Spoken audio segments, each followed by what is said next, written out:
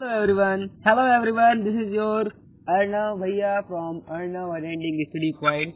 तो आज हम लोग लेके आए हैं rise of nationalism in Europe का वन शॉट। ये अलग वन शॉट से बिल्कुल डिफरेंट ही रहेगा, क्योंकि इसमें मैं आपको उतना डीपली नहीं करूँगा, क्योंकि आप लोगों के पास केवल एक ही महीने बचे हैं बोर्ड एग्जामिनेशन 2026 के लिए। तो मैं इसमें आपको ऐसे ऐसे कीवर्ड बताऊंगा, की पॉइंट ऐसे निमोनिक्स बताऊंगा, जिसको आप लोग याद कर लेंगे ना, ये पूरा चैप्टर क्लियर हो जाएगा। मैं गारंटी दे रहा हूँ कोई भी क्वेश्चन फंसेगा नहीं चैप्टर से, ठीक है। बहुत हैवी वेटेज चैप्टर है, मतलब इसमें आपको अच्छे मार्क्स गेन कर सकते हो 7 to 8। So let us start our chapter. तो सबसे पहले इसमें क्या होता है आपको बता देता हूँ मैं, कैसे आप लोग इस गाइड को यूज कर सकते हो।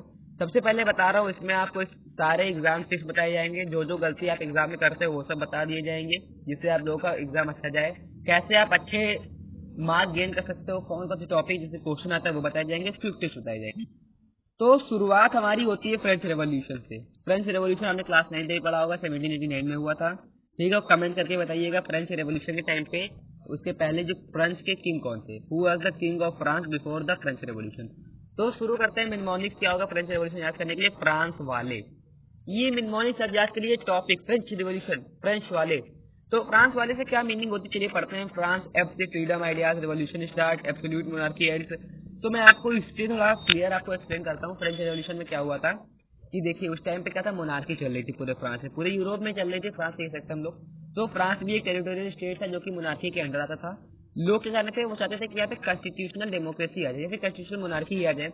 1789 में रिवॉल्ट हुआ, वहां पे क्या आ गया, कॉन्स्टिट्यूशनल मोनार्की आ गई, डेमोक्रेसी नहीं आई, कॉन्स्टिट्यूशनल मोनार्की आ गई।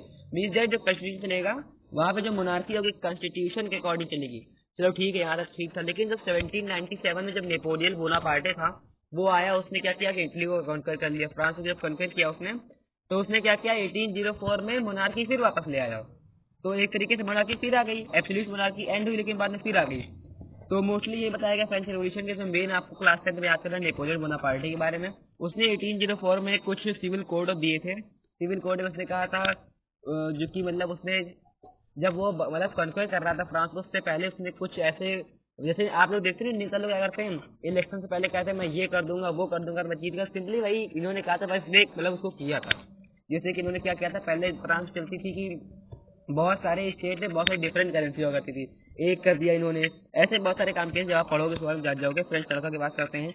1789 में रेवोल्यूशन स्टार्ट हुआ, लिबर्टी इक्वल फ्रीडम। लिबर्टी का मतलब क्या होता है, फ्रीडम ही होता है, इक्वालिटी कमनेस यानी बराबरी होनी चाहिए, फ्रेटर्निटी यानी ब्रदरहुड होना चाहिए। तो इसमें कॉमन एरर क्या करते हैं, रॉन्ग डेट। ये आपको इम्पोर्ट करना भाई, आपको डेट याद कर लेनी है, आपको एमसीक्यू में पक्का प्रॉफिट करेगा। कॉन्सेप्ट मिक्स नहीं करना है, इम्पैक्ट कंफ्यूजन कंफ्यूजन नहीं होने देनी, सारे इवेंट को सीक्वेंस वाइज आपको याद करना है। इसके ऊपर मैं एक लॉन्ग वीडियो भी एक्सप्लेन करते हुए डालूंगा, बट डोंट वरी, अभी हम लोग देखते हैं unification of Italy. I think कुछ मिस हो गया इसमें, नहीं नहीं नहीं, यूनिफिकेशन ऑफ इटली ही होगा। आइए फिर हम लोग समझ लेते हैं यूनिफिकेशन ऑफ इटली की बात करते हैं। अभी इंपॉर्टेंट टॉपिक, यहाँ से 5 नंबर का क्वेश्चन आता है इस चैप्टर से। तो इसका मीनिंग हमें याद करना है, इटली हीरो। इटली हीरो से अगर हम लोग बात करते हैं, आई से होता है इटालियन स्टेट, टी से together unite, after struggle leader emerge. तो इटली थी वो यूनाइट कब हुई थी, 1861 में हुई थी। कैसे हुई थी, हिस्ट्री चेंज हुआ, यूरोपियन पावर सम, रोम कैपिटल, इटली कैपिटल रोम है, वन नेशन फॉर्म हुआ। तो इसके मेन जो हेड है ना, वो पहले बताया जाता था गिस्पी मजनी को, बट जब उन्होंने रिवॉल्ट किया वो सक्सेस नहीं हुआ, तो गिस्पी गैरिबाल्डी को इसने मतलब लिया।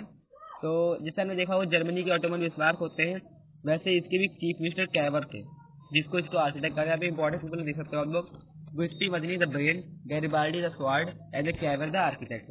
कब हुआ था, 1861 में। तो इसको कैसे आ सकते, कौन कौन सी कंट्रीज के अंदर थी इटली के अंदर, पहले इटली था वो 7 पार्ट में डिवाइड हुआ करता था। जैसे किसमें था, पियडमोंट, ऑस्ट्रिया, सर्डेनिया एंड और बहुत सारी थी, बट अब यहाँ पे 3 ही दिया हुआ है। चलिए फिर हम लोग आगे देख लेते हैं। अगला हमारा था जर्मन का यूनिफिकेशन, कि जर्मनी कैसे यूनिफाई हुआ। तो अभी जर्मन यूनिफिकेशन की बात करते हैं, तो मिनिमल्स होगा बिस्मार्क का बॉक्स, मींस दैट बी से blood and iron, important leader, state unite, military power, Austria defeated, royal support, custom union, king becomes Kaiser, Kaiser William बने थे। जर्मन की यूनिफिकेशन आपको याद कर लेना है। और की इवेंट आपको देखना है, मोस्टली इन सब में आपको जो मिनिमलिस जो दिया है, बिस्मार्क, बिस्मार्क तो जानते ही होंगे, इन्होंने मेन काम किया था पूरे में। मोस्टली आपको की इवेंट और ये जो स्टेप्स दिए हैं रिमेंबर, ये आपको याद है जर्मन पास में। जॉलबेरिंग याद कर लीजिए कब हुई थी, ऑस्ट्रिया कब डिफीट हुआ 1866 में, फ्रांस डिफीट 1870 में, यूनिफिकेशन 1871 में हुआ, प्रूसिया ने लीड किया था पूरे इसको। ब्लड एंड आयरन पॉलिसी से कहते हैं फ्रांस को, प्रूसियन वार भी से कहते हैं, ट्रीटी ऑफ वर्साइल्स भी इसी में ही हुई थी। अगला हमारा आता है नेशनलिज्म कल्चर। नेशनलिज्म मतलब राष्ट्रवाद की भावना। कल्चर से रिलेटेड सेकंड में देखा रोमांटिसिज्म आया था, है ना। बहुत सारे ग्रीम्स बदन ने बहुत सारे ऐसे फोक सॉन्ग्स लाए थे, वही सिंपल इसके अंदर आता है, आप लोग पढ़ लीजिएगा। अगला हमारा आता है रेवोल्यूशनरी मूवमेंट। कौन कौन से रेवोल्यूशन है, यहाँ पे एक इंपॉर्टेंट कीवर्ड देख सकते हो आप लोग, तो हम लोग क्रांति पथ भी कह सकते हैं। फ्रेंच रेवोल्यूशन 1830 में आया, 1848 में लिबरल रिवोल्यूशन, 1871 में पेरिस कम्यून आया था और राइज ऑफ लिबरलिज्म यहीं शुरू होता है। अब बात करते हैं इंपॉर्टेंट सिंबल्स की। जर्मनी का सिंबल क्या होता है, जर्मेनिया। फ्रांस के मेरियने। मोनार्की क्राउन का होता है। फ्रीडम क्या होता है, ब्रोकन चेन। नेशन में ट्राई कलर। तो आई थिंक इसमें कोई इंपॉर्टेंट चीज नहीं है बताने के लिए। और हाँ, अभी नीचे थोड़ा बचा हुआ है। नेशनलिज्म के इफेक्ट क्या पड़ते हैं, फाइनल जॉब। नेशनलिज्म से होता मोस्टली है कि इतनी फ्रीडम आ जाता है, इंडस्ट्री ग्रो होती है, इंडस्ट्री ग्रो होगी तो मोस्टली इनकम भी इंक्रीज होगी, इनकम इंक्रीज होगी तो नेशन में सभी सिटीजन को इक्वालिटी मिलेगी, इक्वालिटी मिलेगी तो वहाँ पे लिबर्टी आएगी, लिबर्टी मिलेगी सभी सिटीजन जो होंगे यहाँ पे यूनिटी आ जाएगी। यही मोस्टली इसका इम्पैक्ट होता है। तो यहाँ तो सब खत्म हो गया। तो आपने before exam French revolution, Italian unification, जो इम्पोर्टेंट टॉपिक बता रहा हूँ ये इम्पोर्टेंट, ये पेज आपके लिए बहुत इंपॉर्टेंट है। जो इस पेज में लिखा हुआ है केवल आप यही पढ़ के जाइएगा, मैं गारंटी करता हूँ पूरा पेपर क्लियर हो जाएगा। क्विक रिवीजन में क्या होना चाहिए, इंपॉर्टेंट सिंबल याद कर लीजिएगा, कल्चरल नेशनलिज्म याद कर लीजिएगा, जर्मन यूनिफिकेशन, इटालियन यूनिफिकेशन और फ्रेंच रेवोल्यूशन, जो मैंने इस वीडियो में करा है बस वही पढ़ के जाइए, मैं गारंटी लेता हूँ पूरे नंबर इसमें आ पाओगे। हाई फोकस क्या करना है ये आप लोग देख लीजिए। फ्रेंच रेवोल्यूशन 5 नंबर का आता है, इटालियन 5, जर्मन 4, मैंने बताया था आपसे। कल्चरल इम्पैक्ट, इनके क्या इम्पैक्ट होंगे नेशनलिज्म का सब आता है। और प्रॉपर डेट हमेशा याद रखिएगा। मेंशन की people, explain concept, give example, can it even. So thanks to all of you. मेरी वीडियो होती समाप्त, परंतु अभी आपका काम समाप्त नहीं हुआ है। आपको पढ़ना है, अच्छे तरीके से नंबर लाना है और हाँ, साथ में चैनल को सब्सक्राइब करना है। Thank you.